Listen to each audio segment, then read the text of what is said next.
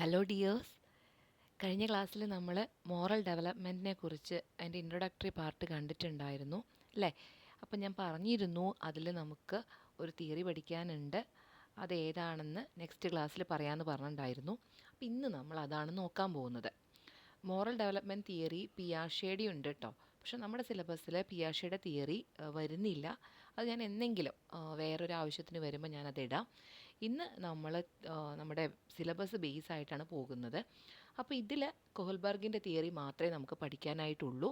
ഓർത്ത് വയ്ക്കുക, നിങ്ങളുടെ ടെക്സ്റ്റ് ബുക്കിലൊക്കെ പിയാഷയുടെ തിയറി കാണും. നമുക്ക് ഇന്ന്, അതായത് ഈ ബി എഡിൻ്റെ സിലബസിൽ എന്തില്ല, കോഹൽബർഗിൻ്റെ തിയറി മാത്രമേ ഉള്ളൂ, പിയാഷയുടെ തിയറി ഇല്ല എന്നുള്ളത് ഓർത്ത് വയ്ക്കുക. അപ്പോൾ ഇന്ന് നമ്മൾ പഠിക്കാൻ പോകുന്നത് moral development theory by Lawrence Kohlberg. അപ്പോൾ എപ്പോഴും പറയുന്ന പോലെ തിയറി പഠിക്കുന്നതിന് മുമ്പ് നമുക്ക് കോഹൽബർഗ് ആരായിരുന്നു എന്നും അദ്ദേഹത്തിൻ്റെ കോൺട്രിബ്യൂഷൻസ് എന്തായിരുന്നു എന്നൊക്കെ ഒന്ന് മനസ്സിലാക്കാം. അദ്ദേഹം ഒക്ടോബർ 25, 1927 ന്യൂയോർക്കിൽ ജനിച്ച ഒരു അമേരിക്കൻ സൈക്കോളജിസ്റ്റ് ആയിരുന്നു. അദ്ദേഹം 1948 യൂണിവേഴ്സിറ്റി ഓഫ് ചിക്കാഗോയിൽ ജോയിൻ ചെയ്തു. നല്ല മാർക്കൊക്കെ ഉണ്ടായിരുന്ന കാരണം കൊണ്ട് അദ്ദേഹത്തിന് ഒരു വർഷം കൊണ്ട് തന്നെ സൈക്കോളജിയിൽ ഡിഗ്രി കംപ്ലീറ്റ് ചെയ്യാനായിട്ട് സാധിച്ചു. പിന്നീട് യൂണിവേഴ്സിറ്റി ഓഫ് ചിക്കാഗോയിൽ നിന്ന് തന്നെ PhD ചെയ്യാൻ തുടങ്ങി.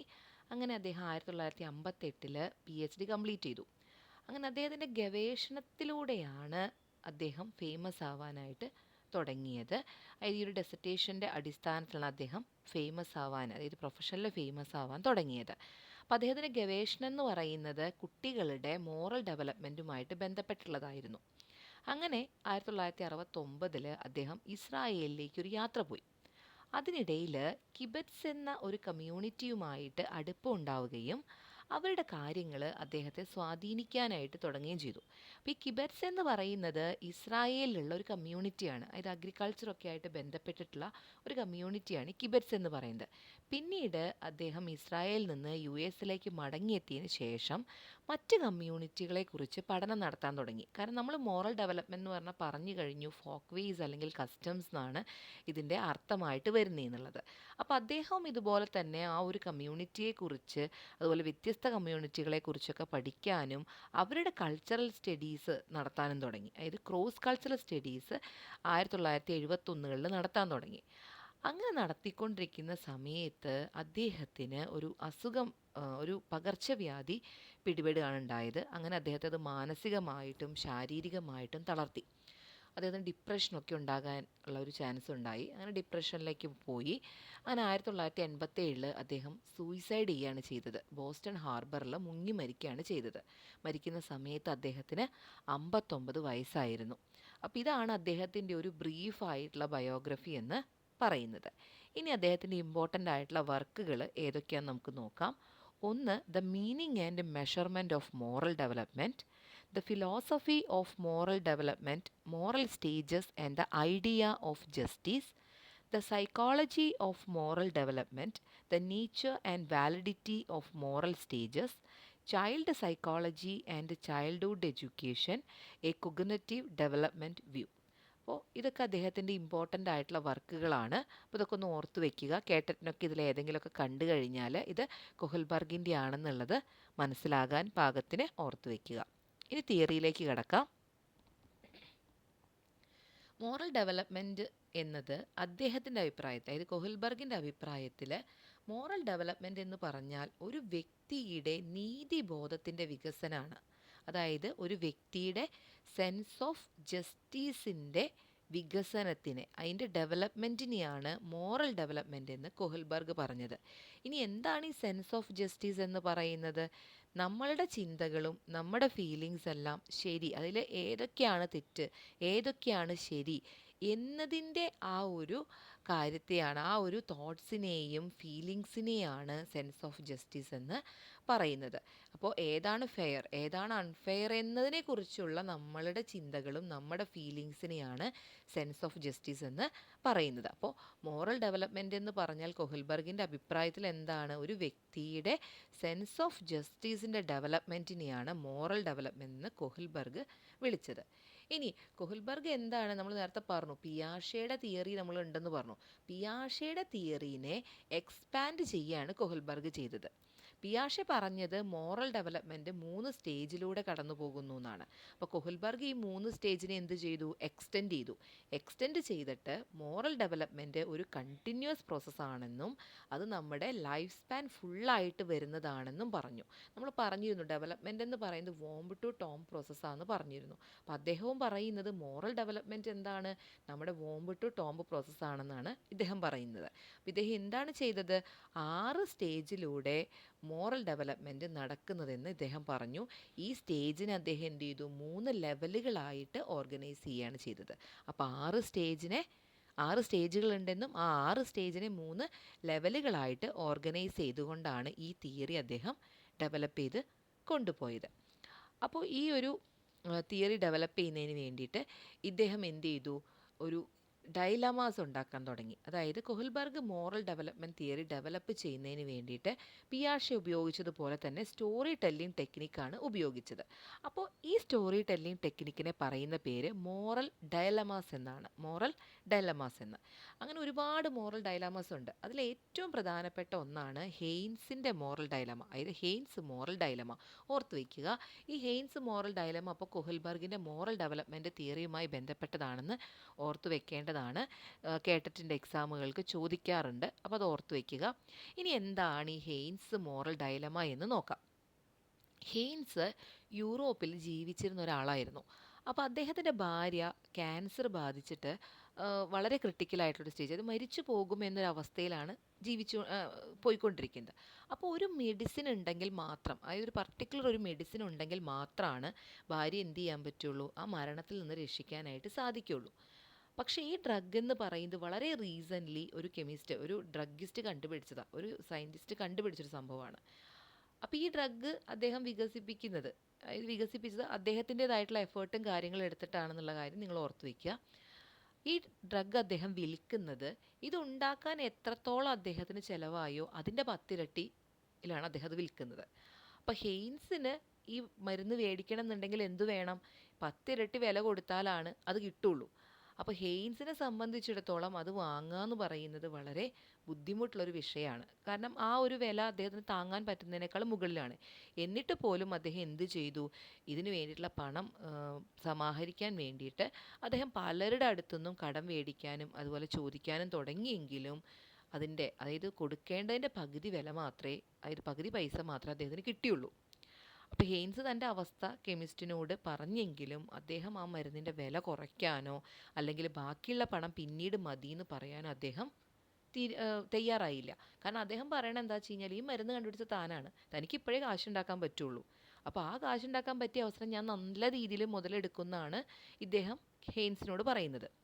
അപ്പോൾ ഹെയ്ൻസിനെ സംബന്ധിച്ചിടത്തോളം എന്താണ്? ഈ മരുന്ന് വേണം, പക്ഷെ പൈസയാണെങ്കിൽ കൊടുക്കാനായിട്ട് അദ്ദേഹത്തിൻ്റെ കയ്യിൽ ഇല്ല. അങ്ങനെ അദ്ദേഹം വളരെയധികം ധർമ്മസങ്കടത്തിലായി. കാരണം ആ പണം ഉണ്ടെങ്കിൽ മാത്രമാണ് എന്ത് ചെയ്യാൻ പറ്റില്ല, എൻ്റെ ഭാര്യയെ രക്ഷിക്കാനായിട്ട് പറ്റുള്ളൂ എന്ന് അദ്ദേഹം മനസ്സിലാക്കുകയാണ്. അപ്പോൾ അദ്ദേഹം ആലോചിച്ചു, ആ പണം പോയിട്ട് ഞാൻ എടുത്തിട്ട് വന്നാലോ, അതായത് എന്തെങ്കിലും പണം ഉണ്ടാക്കാനുള്ള വഴി ഉണ്ടായാലോ, അവിടെ പോയി ആരോടെങ്കിലും ഇനിയും കടം ചോദിച്ചാലോ എന്നൊക്കെ ആലോചിക്കുന്നുണ്ട്. പക്ഷെ ആ സമയത്തൊക്കെ വേറൊരു ചിന്തയും കൂടി ഉണ്ട്, ഈ സമയത്ത് ഭാര്യ മരിച്ചു പോകാം, കാരണം അത്രയും ക്രിട്ടിക്കൽ സിറ്റുവേഷനിലാണ് എടുക്കുന്നത്. ഇനി ഇതേ സമയം അദ്ദേഹം മനസ്സിലാക്കിയ മറ്റൊരു കാര്യം ഉണ്ടായിരുന്നു. അതായത് ഈ കെമിസ്റ്റ് മരുന്ന് വിൽക്കുന്നത് ഇതിൻ്റെ ഇരട്ടി വിലയ്ക്കാണ്. അതായത് താൻ എത്രയ്ക്കാണോ ഇതുണ്ടാക്കിയത് അതിലും ഇരട്ടി വിലയ്ക്കാണ് ഈ ഒരു മരുന്ന് വിൽക്കുന്നതെന്ന് ഇദ്ദേഹം മനസ്സിലാക്കുകയാണ്.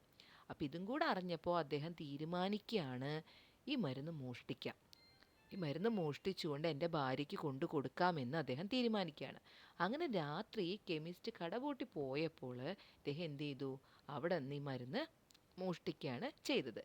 ഈ ഒരു ഡയലമയുടെ അടിസ്ഥാനത്തിൽ കൊഹൽബർഗ് എന്തു ചെയ്തു? 10 മുതൽ 16 വയസ്സുള്ള കുട്ടികളോട് കുറച്ച് ചോദ്യങ്ങൾ ചോദിച്ചു. ഓക്കെ, ഇതാണ് മോറൽ ഡയലമ. ഈ മോറൽ ഡയലമേനെ ബേസ് ചെയ്തുകൊണ്ട് 10 മുതൽ 16 വയസ്സ് വരെയുള്ള കുട്ടികളോട്, ബോയ്സിലാണ് കോൺസെൻട്രേറ്റ് ചെയ്തത്, അവരോട് കുറച്ച് ചോദ്യങ്ങൾ ചോദിച്ചു. ചോദ്യങ്ങൾ ഇങ്ങനെയൊക്കെയായിരുന്നു: ഹെയ്ൻസ് മരുന്ന് മോഷ്ടിച്ചത് തെറ്റാണോ ശരിയാണോ? ഇനി ശരിയാണെങ്കിൽ എന്തുകൊണ്ട്, തെറ്റാണെങ്കിൽ എന്തുകൊണ്ട്? ജസ്റ്റ് ഉത്തരം മാത്രം എഴുതിയാൽ പോരാ, അതിൻ്റെ വിശദാംശം കൂടെ പറയണം. ദെൻ ഹെയ്ൻസ് മരുന്ന് മോഷ്ടിക്കാതെ തിരിച്ചു പോകണമായിരുന്നോ? പോകണമെങ്കിൽ എന്തുകൊണ്ട്? പോകണ്ട എന്നുണ്ടെങ്കിൽ എന്തുകൊണ്ട്? ദെൻ ഹെയ്ൻസ് മരുന്ന് മോഷ്ടിച്ചതിന് ശേഷം അറസ്റ്റ് ചെയ്യണമോ? ചെയ്യണമെങ്കിൽ എന്തുകൊണ്ട്? ചെയ്യണ്ടെങ്കിൽ എന്തുകൊണ്ട്? ദെൻ ഹെയ്ൻസ് മരുന്ന് മോഷ്ടിച്ചത് ശരിയാണ്, അദ്ദേഹത്തെ അറസ്റ്റ് ചെയ്യേണ്ട കാര്യമില്ല എന്നാണോ നിങ്ങൾ ഉദ്ദേശിക്കുന്നത്? അങ്ങനെയുള്ള കുറച്ച് ചോദ്യങ്ങളൊക്കെ ചോദിക്കേണ്ടായി. അങ്ങനെ ഈ ചോദ്യങ്ങൾ ചോദിക്കുകയും ഇതിൻ്റെ എല്ലാം ഉത്തരവും അതിൻ്റെ വിശദാംശവും എഴുതാനായിട്ട് ആവശ്യപ്പെടാനുണ്ടായത്. അങ്ങനെ ഇതിൽ നിന്ന് ലഭിച്ച ഉത്തരങ്ങളുടെ അടിസ്ഥാനത്തിൽ അദ്ദേഹം മനസ്സിലാക്കുകയാണ്, പ്രായം കൂടുന്തോറും മോറൽ റീസണിങ്ങിൽ മാറ്റം ഉണ്ടാകുന്നുണ്ടെന്ന്. അതായത് പ്രായം കൂടുന്തോറും മോറൽ റീസണിങ്ങിലും മാറ്റം വരുന്നുണ്ടെന്ന് അദ്ദേഹം മനസ്സിലാക്കുകയാണ്. അങ്ങനെ ഇതിൻ്റെ ഒരു അടിസ്ഥാനത്തിൽ അദ്ദേഹം എന്ത് ചെയ്യാണ്? മോറൽ റീസണിങ് നടക്കുന്നത് 3 ലെവലുകളായിട്ടാണെന്ന് ഐഡൻറ്റിഫൈ ചെയ്യുകയും ചെയ്തു. അപ്പോൾ ഇതാണ് നമ്മൾ നേരത്തെ പറഞ്ഞ 6 സ്റ്റേജുകളെ 3 ലെവലുകളാക്കി മാറ്റി എന്ന് പറഞ്ഞില്ലേ. അപ്പോൾ ഈ ഒരു ഡയലമയുടെ അടിസ്ഥാനത്തിലാണ് അദ്ദേഹം എന്ത് ചെയ്തത്? ഈ പറയുന്ന 3 ലെവലുകളായിട്ട് ഐഡൻറ്റിഫൈ ചെയ്തത്.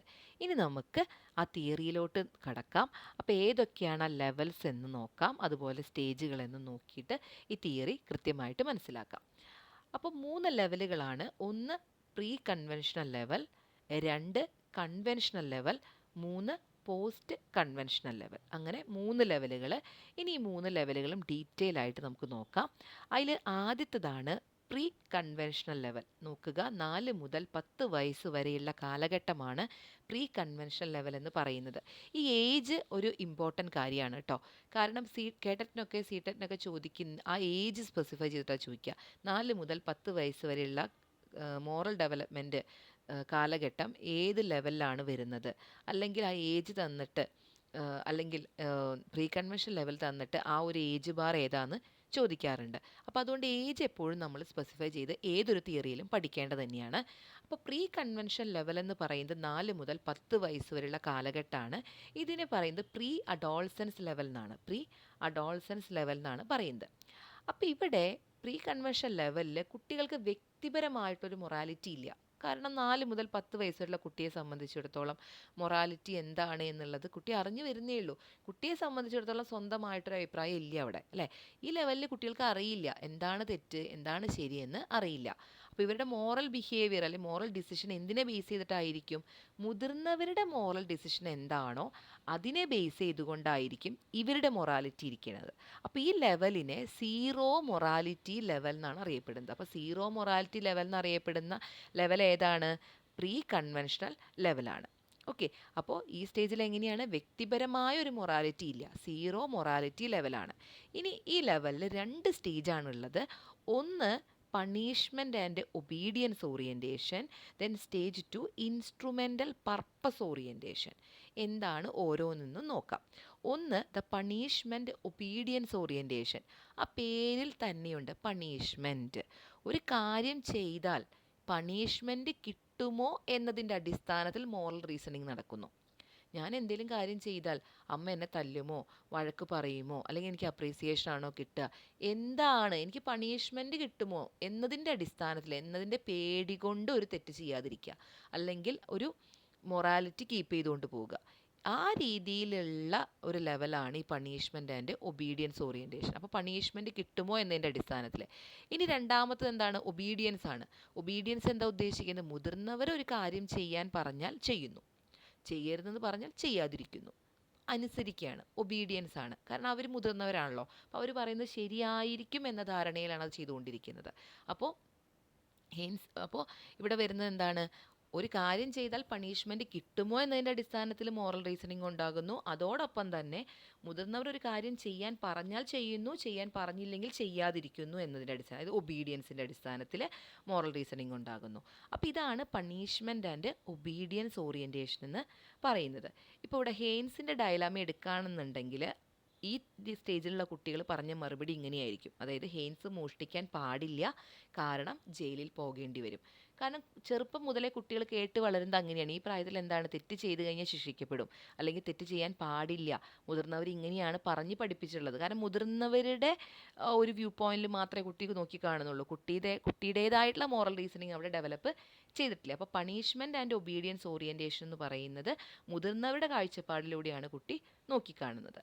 ഇനി രണ്ടാമത്തതാണ് ഇൻസ്ട്രുമെൻ്റൽ പർപ്പസ് ഓറിയൻറ്റേഷൻ. ഇതിനെ പറയുന്ന മറ്റു പേരുകൾ മ്യൂച്വൽ എക്സ്ചേഞ്ച് ഓർ ഇൻഡിവിജ്വലിസം. ഇതെല്ലാം തന്നെ ഇൻസ്ട്രുമെൻ്റൽ പർപ്പസ് ഓറിയൻറ്റേഷൻ്റെ മറ്റു പേരുകളാണ്. മ്യൂച്വൽ എക്സ്ചേഞ്ച്, ഇൻഡിവിജ്വലിസം എന്നൊക്കെ പറയുന്നത്. ഇനി ഈ ഒരു സ്റ്റേജിലെത്തുമ്പോൾ മോറൽ റീസണിങ് എന്തിനെ ബേസ് ചെയ്തിട്ടായിരിക്കും?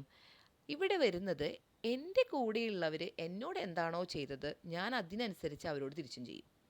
എൻ്റെ മോറൽ റീസണിങ് അങ്ങനെയായിരിക്കും. എന്നോട് മോശമായിട്ടാണ് ബിഹേവ് ചെയ്തതെന്ന് വെച്ചാൽ ഞാനും മോശമായിട്ട് ബിഹേവ് ചെയ്യും. ഇനി എന്നോട് നല്ലതായിട്ടാണ് ബിഹേവ് ചെയ്തത് ഞാൻ നല്ലതായിട്ട് ബിഹേവ് ചെയ്യും. അപ്പോൾ എൻ്റെ മോറൽ റീസണിങ് എന്തിനെ ബേസ് ചെയ്തിട്ടാണ്? എൻ്റെ കൂടെയുള്ളവർ എന്ത് ചെയ്യുന്നു എന്നതിനനുസരിച്ചാണ്. ഇപ്പോൾ കൊച്ചു കുട്ടിക്കാലത്ത് നമ്മൾ കണ്ടിട്ടുണ്ടാവും, അമ്മമാർ ചോദിക്കും, നീ എന്തിനാ അവനെ അടിച്ചത്? അവൻ എന്നെ അടിച്ചു, ഞാൻ അവനെ തിരിച്ചടിച്ചു. അപ്പോൾ എനിക്ക് എന്താണോ കിട്ടിയത് ഞാൻ അത് തന്നെ തിരിച്ചു കൊടുക്കുകയാണ്. ഓക്കെ, അപ്പോൾ എൻ്റെ കൂടെയുള്ളവർ എന്ത് ചെയ്തു എന്നതിനനുസരിച്ച് എൻ്റെ മോറൽ റീസണിങ് ഡെവലപ്പ് ചെയ്യുന്ന ഒരു സ്റ്റേജാണ് ഈ ഇൻസ്ട്രുമെൻ്റൽ പർപ്പസ് ഓറിയൻറ്റേഷൻ. അതോടൊപ്പം തന്നെ ഇവിടെ വേറൊരു മോറൽ റീസണിങ് കൂടെ ഡെവലപ്പ് ചെയ്യും. ഞാൻ എന്തെങ്കിലും ഒരു നല്ല രീതിയിൽ ചെയ്താൽ എനിക്ക് റിവാർഡ് കിട്ടുക, എനിക്കൊരു അപ്രീസിയേഷൻ കിട്ടുക. അതിന് വേണ്ടിയിട്ട് ഞാൻ എന്ത് ചെയ്യും? ഞാൻ നല്ല രീതിയിൽ ബിഹേവ് ചെയ്യാൻ തുടങ്ങും. ഞാൻ നല്ല രീതിയിൽ ചെയ്യുമ്പോൾ എനിക്ക് റിവാർഡ് കിട്ടണം എന്നൊരു സ്റ്റേജും കൂടിയാണ് ഈ ഇൻസ്ട്രുമെൻ്റൽ പർപ്പസ് ഓറിയൻറ്റേഷൻ എന്ന് പറയുന്നത്. അപ്പോൾ ഡയലമ എടുക്കുകയാണെങ്കിൽ എങ്ങനെയായിരിക്കും? ജയിൽ ശിക്ഷ അനുഭവിക്കേണ്ടി വന്നാലും ഹെയ്ൻസ് മരുന്ന് മോഷ്ടിക്കണം. കാരണം അവൻ്റെ ഭാര്യയുടെ മുന്നിൽ എന്താണ്? ഞാൻ നല്ലതാവണം, അവന് സന്തോഷം നൽകുമല്ലോ. അതായത് അവൻ്റെ ഭാര്യയെ രക്ഷിക്കുമ്പോൾ അവന് സന്തോഷം കിട്ടുന്നുള്ളത് കൊണ്ട് എന്ത് ചെയ്യാം? മരുന്ന് മോഷ്ടിക്കാം എന്ന് പറഞ്ഞ ഒരു സ്റ്റേജാണ് ഈ ഇൻസ്ട്രുമെൻ്റൽ പർപ്പസ് ഓറിയൻറ്റേഷൻ എന്ന് പറഞ്ഞ സ്റ്റേജ്. അപ്പോൾ ആ ലെവലിലുള്ള കുട്ടികൾ അത്തരത്തിലായിരിക്കും പറഞ്ഞിട്ടുണ്ടാവുക. ഇൻസ്ട്രുമെൻ്റൽ പർപ്പസ് ഓറിയൻറ്റേഷനിൽ ലെവലിൽ നിൽക്കുന്ന കുട്ടികൾ അത്തരത്തിലായിരിക്കും പറഞ്ഞിട്ടുണ്ടാവുക എന്നാണ് മനസ്സിലാക്കിയത്. അപ്പോൾ നിങ്ങൾ മനസ്സിലാക്കേണ്ട ഒരു കാര്യമുണ്ട്, നിങ്ങൾ ഈ ലെവലുകളൊക്കെ പറയുമ്പോൾ ഞാൻ ഏത് ലെവലിലാണ്, എൻ്റെ മൊറാലിറ്റി ഏതാണെന്നും കൂടെ ഒന്ന് ചിന്തിക്കുക. അത് നല്ലൊരു രസകരമായൊരു കാര്യമാണ്. ഞാനായിരുന്നു എങ്കിൽ എന്ത് ചെയ്യുമായിരുന്നു? ഹെയ്ൻസിൻ്റെ സ്റ്റേജിൽ ഞാനാണെങ്കിൽ എന്ത് ചെയ്യുമായിരുന്നു? അത് ശരിയാണോ തെറ്റാണോ എന്ന് നിങ്ങൾ ചിന്തിക്കുക. അപ്പോൾ നിങ്ങളുടെ മൊറാലിറ്റി ലെവലും കൂടെ നിങ്ങൾക്ക് മനസ്സിലാക്കാൻ സാധിക്കും. അപ്പോൾ ഇതാണ് പ്രീ കൺവെൻഷൻ ലെവലിൽ വരുന്നത്, ദ പണിഷ്മെൻറ്റ് ആൻഡ് ഒബീഡിയൻസ് ഓറിയൻറ്റേഷനും ഇൻസ്ട്രുമെൻ്റൽ പർപ്പസ് ഓറിയൻറ്റേഷനും. വേറൊരു കാര്യം കൂടെ ശ്രദ്ധിക്കുക, പരീക്ഷയ്ക്ക് എഴുതുമ്പോൾ ഈ സ്റ്റേജുകൾ അങ്ങോട്ടും ഇങ്ങോട്ടും മാറിപ്പോകാൻ പാടില്ല. അതുപോലെ ലെവലുകളും അങ്ങോട്ടും ഇങ്ങോട്ടും മാറാൻ പാടില്ല. അതുപോലെ ഏജും തെറ്റാൻ പാടില്ല. അത്രയും കൃത്യമായി തന്നെ പഠിക്കാനായിട്ട് ശ്രമിക്കുക. നെക്സ്റ്റ് സ്റ്റേജാണ് കൺവെൻഷണൽ ലെവൽ. 10 മുതൽ 13 വയസ്സ് വരെയുള്ള പ്രായം, അഡോൾസൻസ് എന്നുള്ള ഒരു സ്റ്റേജിലാണ് ഇത് ഉൾപ്പെടുന്നത്. അപ്പോൾ ഈ ലെവലിലേക്ക് വരുമ്പോൾ മൊറാലിറ്റി മാറ്റം വരികയാണ്. മൊറാലിറ്റി ഡിപ്പെൻഡ് ചെയ്യുന്നത് സൊസൈറ്റിയുമായിട്ടാണ്, നമ്മുടെ സൊസൈറ്റിയുമായിട്ടാണ് ഇവിടെ മൊറാലിറ്റി ഡിപ്പെൻഡ് ചെയ്തിരിക്കുന്നത്. അപ്പോൾ നമ്മൾ നേരത്തെ പറഞ്ഞ എന്തായിരുന്നു? സീറോ മൊറാലിറ്റി ലെവലാണെങ്കിൽ ഇവിടുത്തെ മൊറാലിറ്റി എന്ന് പറയുന്നത് സോഷ്യൽ മൊറാലിറ്റി ലെവലാണ്. മറ്റോടത്ത് എന്തായിരുന്നു? സീറോ മൊറാലിറ്റി ലെവലാണെങ്കിൽ ഇത് സോഷ്യൽ മൊറാലിറ്റി ലെവലാണ്. ഇവിടെ ഒരു സൊസൈറ്റിയിൽ എന്താണ് ശരി, എന്താണ് തെറ്റ് എന്നതിൻ്റെ അടിസ്ഥാനത്തിലാണ് മോറൽ റീസണിങ് ഡെവലപ്പ് ചെയ്യുന്നത്. അതായത് ഞാൻ ഉള്ള ഒരു സൊസൈറ്റിയിൽ അത് തെറ്റാണ്, അല്ലെങ്കിൽ ഇത് തെറ്റാണ്, അല്ലെങ്കിൽ ഇത് ശരിയാണ് എന്നതിൻ്റെ അടിസ്ഥാനത്തിൽ ഞാൻ എന്ത് ചെയ്യുന്നു? എൻ്റെ മൊറാലിറ്റീനെ ഡെവലപ്പ് ചെയ്ത് കൊണ്ടുവരിക ചെയ്യുന്നത്. ഇപ്പോൾ കേരളത്തിൽ ജീവിക്കുന്ന ഒരു കുട്ടിയും പുറത്ത് ഒരു ബാംഗ്ലൂർ ജീവിക്കുന്ന കുട്ടിയും കമ്പയർ ചെയ്യുമ്പോൾ നിങ്ങൾക്ക് മനസ്സിലാകും, നമുക്ക് ശരിയെന്ന് തോന്നുന്ന പല കാര്യങ്ങളും അവർക്ക് തെറ്റായിരിക്കും. അവർക്ക് തെറ്റെന്ന് തോന്നുന്നത് നമുക്ക് ശരിയായിരിക്കും, അല്ലേ? അതുപോലെ അവരുടെ ശരികൾ പലതും നമ്മുടെ തെറ്റുകളായിരിക്കും. കാരണം എന്താണ്? അവരുടെ ഒരു സൊസൈറ്റിയിലുള്ള റൂൾസ്, അവരുടെ സൊസൈറ്റിയിലുള്ള നോംസ്, കസ്റ്റംസ് എല്ലാം തന്നെ ഡിഫറെൻ്റ് ആണ്. അപ്പോൾ അത്തരത്തിൽ നമ്മുടെ സൊസൈറ്റിയിൽ എന്താണോ ശരി, എന്താണോ തെറ്റ് എന്നതിൻ്റെ അടിസ്ഥാനത്തിലാണ് മോറൽ റീസണിങ് ഈ കൺവെൻഷൻ ലെവലിൽ ഡെവലപ്പ് ചെയ്യുന്നത്. അപ്പോൾ ഈ ലെവലിനെ സോഷ്യൽ മൊറാലിറ്റി ലെവൽ എന്നാണ് അറിയപ്പെടുന്നത്. ഇനി ഇതിൽ വരുന്ന സ്റ്റേജുകൾ ഏതാണെന്ന് നോക്കാം. 2 എണ്ണമാണ്. The good boy good girl orientation and the social order maintaining orientation. പേരിൽ തന്നെയുണ്ട് good boy good girl orientation. ഇതിനെ പറയുന്ന മറ്റൊരു പേരാണ് ഇൻ്റർപേഴ്സണൽ റിലേഷൻ. ഇവിടെ കുട്ടിയുടെ മോറൽ ബിഹേവിയർ ഡിപ്പെൻഡ് ചെയ്തിരിക്കുന്നത് മറ്റുള്ളവരുടെ എക്സ്പെക്റ്റേഷൻ അനുസരിച്ചാണ്. ഞാൻ ആ കുട്ടിയെക്കുറിച്ച് എന്ത് ചിന്തിക്കും, ഞാൻ അവളെക്കുറിച്ച് നല്ലത് പറയുന്നതിന് വേണ്ടിയിട്ട്, ഞാൻ നല്ലതാണ് എന്ന് മറ്റുള്ളവരുടെ മുന്നിൽ പറയുന്നതിന്, ആ കുട്ടി നല്ലതാണ് കേട്ടോ, അവളുടെ ബിഹേവിയർ നല്ലതാണല്ലോ എന്ന് കേൾപ്പിക്കുന്നതിന് വേണ്ടിയിട്ട്, എന്ന് മറ്റുള്ളവർ മനസ്സിലാക്കുന്നതിന് വേണ്ടി ഞാൻ ആ രീതിയിൽ ബിഹേവ് ചെയ്യുന്നുണ്ടെങ്കിൽ ആ കുട്ടി നിലനിൽക്കുന്ന മൊറാലിറ്റി ലെവൽ എന്ന് പറയുന്നത് ഗുഡ് ബോയ് ഗുഡ് ഗേൾ ഓറിയൻറ്റേഷനിലാണ്. ഇത് മറ്റുള്ളവർ എന്നെക്കുറിച്ച് മോശമായി ഒന്നും പറയാൻ പാടില്ല, മറിച്ച് എന്താണ് നല്ലതാണ്, അതിനനുസരിച്ച് ഞാൻ ബിഹേവ് ചെയ്തുകൊണ്ടിരിക്കും. അപ്പോൾ റിലേഷൻഷിപ്പ് മെയിൻറ്റെയിൻ ചെയ്യുന്നതിന് വേണ്ടിയിട്ട് എന്ത് ചെയ്യുന്നു, നമ്മൾ ബിഹേവ് ചെയ്യാനായിട്ട് ശ്രമിക്കുന്നു, നമ്മുടെ മൊറാലിറ്റി ലെവൽ ആ രീതിയിലേക്ക് പോകുന്നു. ഇതാണ് good boy good girl orientation ലെവലിലുള്ളവരുടെ മൊറാലിറ്റി എന്ന് പറയുന്നത്. അപ്പോൾ ഹെയ്ൻസിൻ്റെ കേസ് എന്താണ്? ഹെയ്ൻസ് മരുന്ന് മോഷ്ടിക്കണം. കാരണം എന്തുകൊണ്ടാണ്? അവൻ്റെ ഭാര്യ ഹെയ്ൻസ് മരുന്ന് കൊണ്ടുവരുന്നുള്ള പ്രതീക്ഷയിലാണ് ഇരിക്കുന്നത്. ഹെയ്ൻസ് അവൾക്ക് നല്ലൊരു ഭർത്താവണ്ടേ. അപ്പം അതുകൊണ്ട് അവൻ മരുന്ന് മോഷ്ടിക്കണം എന്ന് പറയുന്ന ഒരു സ്റ്റേജിലാണ് ഈ രീതിയിലുള്ള കുട്ടികൾ ചിന്തിക്കുന്നത്. ഓക്കെ, നാലാമത്തെ സ്റ്റേജാണ് സോഷ്യൽ ഓർഡർ മെയിൻറ്റെയിനിങ് ഓറിയൻറ്റേഷൻ. ഇതൊക്കെ തന്നെ പേരിൽ നിങ്ങൾക്ക് മനസ്സിലാവുന്നുണ്ടാകും.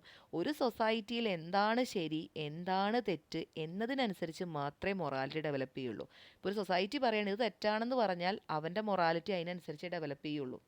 കാരണം സൊസൈറ്റിയിലെ റൂൾ അങ്ങനെയാണ്. സൊസൈറ്റിയിലെ റൂൾ അനുസരിക്കണം എന്ന് ചിന്തിക്കുന്നവരാണ് ഇവരെപ്പോഴും ഇതാകുന്നത്. അപ്പോൾ ഇവരുടെ ചിന്താഗതി അനുസരിച്ച് ഒരു സൊസൈറ്റിയിലുള്ള റൂൾസ് ലോസ് ആ സൊസൈറ്റിയുടെ നന്മയ്ക്ക് വേണ്ടിയിട്ടുള്ളതാണ്, അല്ലെങ്കിൽ നമ്മുടെ നന്മയ്ക്ക് വേണ്ടിയിട്ടുള്ളതാണ്. അപ്പോൾ അതുകൊണ്ട് അതനുസരിച്ചേ പറ്റൂ എന്ന് ചിന്തിക്കുന്ന ആ ഒരു രീതിയിലുള്ള മൊറാലിറ്റി ഡെവലപ്മെൻറ്റ് അല്ലെങ്കിൽ മോറൽ റീസണിങ് ആയിരിക്കും ഇവരിൽ ഡെവലപ്പ് ചെയ്ത് വരുന്നത്. ഇപ്പോൾ ഫോർ എക്സാമ്പിൾ ട്രാഫിക് റൂൾസ് നിങ്ങൾ കണ്ടിട്ടുണ്ടായിരിക്കും. ചിലപ്പോൾ ട്രാഫിക്കിൽ ഒരൊറ്റ, അതായത് ആ ഒരു സിഗ്നലിൻ്റെ അടുത്ത് ഒരൊറ്റ വണ്ടികൾ പോലും ഉണ്ടാവില്ല. എങ്കിലും ചിലർ ആ ഒരു ട്രാഫിക് ലൈറ്റിൻ്റെ ആ റൂൾസിനനുസരിച്ച് മാത്രമേ വണ്ടി മുന്നോട്ട് എടുക്കുകയുള്ളൂ. അതുപോലെ സ്പീഡ് ലിമിറ്റ്, ചില സ്ഥലത്ത് വണ്ടികളൊന്നുമില്ല, ഒഴിഞ്ഞു കിടക്കുകയാണെന്നുണ്ടെങ്കിലും ഇത്ര സ്പീഡ് ലിമിറ്റിലേ പോകാൻ പാടുള്ളൂ എന്ന് പറഞ്ഞിട്ടുണ്ട്, ഞാനപ്പോൾ അത്രയല്ലേ പോകുള്ളൂ. അപ്പോൾ അതൊരു മാറ്റം വരുത്തില്ല. ആ ഒരു സാഹചര്യത്തിനനുസരിച്ച് മാറ്റം വരുന്നില്ല. സൊസൈറ്റിയിൽ ഇതാണ് ശരി, അപ്പം ഞാൻ അല്ലെങ്കിൽ ആ സൊസൈറ്റിയുടെ റൂൾസ് ആൻഡ് റെഗുലേഷൻ എന്ന് പറയുന്നത് ഇതാണ്, ഞാൻ അതേ ഫോളോ ചെയ്യുള്ളൂ എന്ന് പറയുന്ന ഒരു ലെവൽ, ഒരു സ്റ്റേജാണ് സോഷ്യൽ ഓർഡർ മെയിൻറ്റെയിനിങ് ഓറിയൻറ്റേഷൻ എന്ന് പറയുന്നത്. അപ്പോൾ ഹെയ്ൻസിൻ്റെ ഡയലാമ വെച്ച് പറയുകയാണെങ്കിൽ എങ്ങനെയാണ്? അവൻ ഒരിക്കലും മരുന്ന് മോഷ്ടിക്കാൻ പാടില്ല, കാരണം സൊസൈറ്റിയിൽ അത് തെറ്റാണ്. സൊസൈറ്റിയുടെ റൂൾസിനും ലോസിനും എതിരായിട്ടാണ് ആര് ചെയ്ത് ഹെയ്ൻസ് ചെയ്യുന്നത്. അപ്പോൾ അത് ചെയ്യാൻ പാടില്ല എന്ന് പറയുന്ന ഒരു സ്റ്റേജ് ആയിരിക്കും ഈ പറഞ്ഞ നമ്മുടെ സോഷ്യൽ ഓർഡർ മെയിൻറ്റെയിനിങ് ഓറിയൻറ്റേഷൻ എന്ന് പറയുന്നത്. ക്ലിയർ ആയി കാണുമെന്ന് വിശ്വസിക്കുന്നു. ഇനി നമുക്ക് നെക്സ്റ്റ് സ്റ്റേജിലേക്ക് പോകാം, അതായത് post conventional level. Post conventional level എന്ന് പറയുന്നത് 13 വയസ്സും അതിന് മുകളിലും വരുന്ന പ്രായമാണ്. 13 വയസ്സും അതിന് മുകളിലും. അപ്പോൾ ഈ ഒരു സ്റ്റേജിനെ പറയുന്നത് പോസ്റ്റ് അഡോൾസൻസ് പീരീഡ് എന്നാണ്. പോസ്റ്റ് അഡോൾസൻസ് പീരീഡ് എന്നാണ് പറയുന്നത്. അപ്പോൾ ഈ ലെവലിലേക്ക് എത്തുമ്പോൾ ഒരു വ്യക്തി സോഷ്യൽ മൊറാലിറ്റിയിൽ നിന്നും മാറി സെൽഫ് മൊറാലിറ്റിയിലേക്ക് വരും. അതായത് സൊസൈറ്റിയുടെ മാത്രമല്ല, എനിക്കും എൻ്റേതായിട്ടുള്ളൊരു മൊറാലിറ്റി ഉണ്ട്, ഒരു സെൽഫ് മൊറാലിറ്റി ഉണ്ട് എന്നതിലേക്ക് എത്തുന്ന ഒരു സ്റ്റേജാണ്, ഒരു ലെവലാണ് പോസ്റ്റ് കൺവെൻഷൻ ലെവൽ എന്ന് പറയുന്നത്. അപ്പോൾ ഈ ലെവലിൽ ഒരു കുട്ടി എങ്ങനെയാണ്, അല്ലെങ്കിൽ ഒരു വ്യക്തിക്ക് അറിയാം ഒരു സൊസൈറ്റിയിൽ റൂൾസ് ആൻഡ് റെഗുലേഷൻസ് ഉണ്ട് എന്ന്. പക്ഷേ ആ റൂൾസ് നല്ലതിന് വേണ്ടിയുള്ളതല്ലെന്ന് ബോധ്യപ്പെട്ട് കഴിഞ്ഞാൽ എന്ത് ചെയ്യും? ഈ ലെവലിലുള്ള വ്യക്തികൾ സ്വന്തമായിട്ട് റൂൾസ് ഉണ്ടാക്കാനും മോറൽ റീസണിങ് നടത്താനും തുടങ്ങും. ഓക്കെ, കാരണം അവനറിയാം സൊസൈറ്റി റൂൾസ് ആൻഡ് റെഗുലേഷൻ ഉണ്ട്, അത് നല്ലതാണെങ്കിൽ കുഴപ്പമില്ല, ഞാനത് ഫോളോ ചെയ്യും. പക്ഷെ അത് വ്യക്തികൾക്ക് നന്മയ്ക്ക് വേണ്ടിയിട്ടുള്ളതല്ല എന്നുണ്ടെങ്കിൽ ഞാൻ എന്തിനത് ഫോളോ ചെയ്യണം? ഞാൻ എൻ്റേതായിട്ടുള്ള റൂൾസ് ആൻഡ് റെഗുലേഷൻസ് ഉണ്ടാക്കാനായിട്ട് തുടങ്ങും. അപ്പോഴാണ് ഓരോ സൊസൈറ്റിയിലും സ്ട്രഗിൾസും വാറുകളും ഒക്കെ ഉണ്ടാകാൻ തുടങ്ങുന്നത്, അല്ലേ? കാരണം ഒരു സൊസൈറ്റിയിൽ ഒരു റൂളുണ്ട്, പക്ഷെ അത് എപ്പോഴും നല്ലതാകണം നിർബന്ധമില്ല. അതൊരു വ്യക്തിക്ക് തോന്നുകയാണ് ഈ റൂൾ ശരിയല്ല, ഇതിനെതിരെ ഞാൻ പോരാടുന്നു തോന്നിക്കഴിഞ്ഞാൽ അവിടെ പ്രോബ്ലം ഉണ്ടായി. അപ്പോൾ പല സ്ട്രഗിൾസും പല റെവല്യൂഷൻസും ഒക്കെ ഉണ്ടായിട്ടുള്ളത് ഈ രീതിയിലുള്ള മോറൽ റീസണിങ് ഡെവലപ്പ് ചെയ്തിട്ടുള്ള ആൾക്കാരിലൂടെയാണ്. അപ്പോൾ ഒരു സൊസൈറ്റിക്ക് നല്ലതാണെങ്കിൽ ഞാൻ എന്ത് ചെയ്യും? ഞാനത് ഫോളോ ചെയ്യും. നല്ലതല്ലെങ്കിൽ ഞാൻ എന്ത് ചെയ്യില്ല? ഞാനത് ഫോളോ ചെയ്യില്ല, എൻ്റേതായ റൂൾസ് ഉണ്ടാക്കും എന്നുള്ള ഒരു മോറൽ റീസണിങ് ഡെവലപ്പ് ചെയ്യുന്നൊരു സമയമാണ് ഈ പോസ്റ്റ് കൺവെൻഷണൽ ലെവൽ എന്ന് പറയുന്നത്. ഇനി ഇതിൽ 2 സ്റ്റേജാണുള്ളത്. ഒന്ന് സോഷ്യൽ കോൺട്രാക്റ്റ് ഓറിയൻറ്റേഷൻ, മറ്റൊന്ന് the universal ethical principle orientation. ഇനി എന്താണ് ഓരോന്ന് നോക്കാം. First one is social contract orientation അഥവാ ഇൻഡിവിജ്വൽ റൈറ്റ്സ്. ഓക്കെ, അപ്പോൾ ഈ സ്റ്റേജിലുള്ള വ്യക്തികൾ സോഷ്യൽ ലോസ് ഫോളോ ചെയ്യുന്നവരാണ്. പക്ഷേ അങ്ങനെ ഫോളോ ചെയ്യുന്നുണ്ടെങ്കിലും അവിടെ ഒരു കണ്ടീഷനുണ്ട്, അല്ലെങ്കിൽ ഒരു കോൺട്രാക്റ്റ് ഉണ്ട്. അതായത് ഞാൻ ഫോളോ ചെയ്യുന്ന റൂൾസ് അല്ലെങ്കിൽ ലോസ് മറ്റൊരു വ്യക്തിക്ക് ഗുണകരമാണെങ്കിൽ, നല്ലതാക്കുമെങ്കിൽ ഞാനത് ഫോളോ ചെയ്യും. നേരെ മറിച്ച് അത് ഗുണകരമല്ലെങ്കിൽ ഞാനത് ഫോളോ ചെയ്യില്ല. അപ്പോൾ അതാണ് എന്ത് സോഷ്യൽ കോൺട്രാക്റ്റ് ഓറിയൻറ്റേഷനിലുള്ള ആൾക്കാരുടെ ചിന്താഗതി. ഇപ്പോൾ ട്രാഫിക് റൂൾസിനെ കുറിച്ച് നമ്മളൊരു എക്സാമ്പിൾ കഴിഞ്ഞതിൽ പറഞ്ഞു അല്ലേ, സോഷ്യൽ ഓർഡർ മെയിൻറ്റെയിനിങ് ഓറിയൻറ്റേഷനിൽ. പക്ഷേ ഇവിടേക്ക് വരുമ്പോൾ ഒരാളെ ആക്സിഡൻ്റ് ആയിട്ട് കൊണ്ടുപോകുകയാണ്. അവിടെ ട്രാഫിക് റൂൾസ് നമ്മൾ നോക്കണോ അതോ ആളുടെ ജീവിതം രക്ഷിക്കണോ എന്ന് ഇവർ ചിന്തിക്കും. അതായത് റെഡ് കത്തിക്കിടക്കുകയാണ്, ഞാൻ കടന്നു പോകണ്ട എന്ന് ചിന്തിക്കില്ല. അവരെന്താ ചിന്തിക്കുക, ആ വ്യക്തിയുടെ ജീവൻ രക്ഷിക്കുകയാണ് ഇപ്പോൾ പ്രധാനം, ട്രാഫിക് റൂൾ അല്ല ഇവിടെ പ്രധാനമെന്ന് കരുതിക്കൊണ്ട് ആ റൂളിനെ വേണ്ടാന്ന് വെച്ചുകൊണ്ട് സ്വന്തമായിട്ടൊരു മൊറാലിറ്റി അവിടെ ഡെവലപ്പ് ചെയ്യാണ് ഉണ്ടാവുന്നത്. അപ്പോൾ ഇവിടെ എന്ന് പറയുന്നത് ഒരാൾക്ക് ഗുണകരമാണെങ്കിൽ അത് ഫോളോ ചെയ്യും, അല്ലെങ്കിൽ എന്ത് ചെയ്യില്ല, ഫോളോ ചെയ്യില്ല.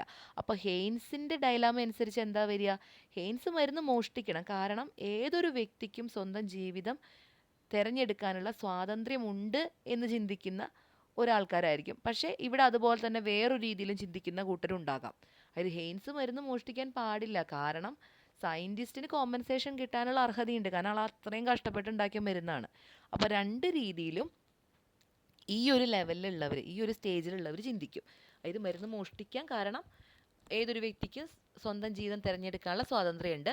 ദെൻ ഹെയ്ൻസ് മരുന്ന് മോഷ്ടിക്കാൻ പാടില്ല, കാരണം സയൻറ്റിസ്റ്റിന് കോമ്പൻസേഷൻ കിട്ടാനുള്ള അർഹതയുണ്ട്. ഇങ്ങനെയുള്ള രണ്ട് രീതിയിലാണ് ഈ ഒരു സ്റ്റേജിലുള്ളവർ ചിന്തിക്കുക. ഇനി ആറാമത്തെ സ്റ്റേജിലേക്ക് വരുമ്പോൾ യൂണിവേഴ്സൽ എത്തിക്കൽ പ്രിൻസിപ്പിൾ ഓറിയൻറ്റേഷൻ ആറാമത്തെ സ്റ്റേജാണ്. ഈ ഒരു സ്റ്റേജ് എന്ന് പറയുന്നത് ലോകാ സമസ്ത സുഖിനോ ഭവന്തു എന്നൊരു സ്റ്റേജാണ് ഈ ഒരു ആറാമത്തെ സ്റ്റേജ് എന്ന് പറയുന്നത്. അതായത് മറ്റുള്ളവരുടെ നന്മയ്ക്ക് വേണ്ടിയിട്ട് സ്വന്തം ജീവിതം റിസ്കിലായാലും കുഴപ്പമില്ല, അവരുടെ ജീവിതം നന്നാകണമെന്ന് ചിന്തിക്കുക. ഇപ്പോൾ ഇൻഡിപെൻഡൻസ് അല്ലേ, ഇൻഡിപെൻഡൻസിന് വേണ്ടിയിട്ട് ഒരുപാട് ഫ്രീഡം ഫൈറ്റേഴ്സ് അവരുടെ ജീവിതം ത്യാഗം ചെയ്തിട്ടാണ് നമുക്ക് നേടി തന്നിട്ടുള്ളത്. കാരണം അവരുടെ ജീവിതം റിസ്കിൽ വെച്ചുകൊണ്ടാണ് ചെയ്തിട്ടുള്ളത്.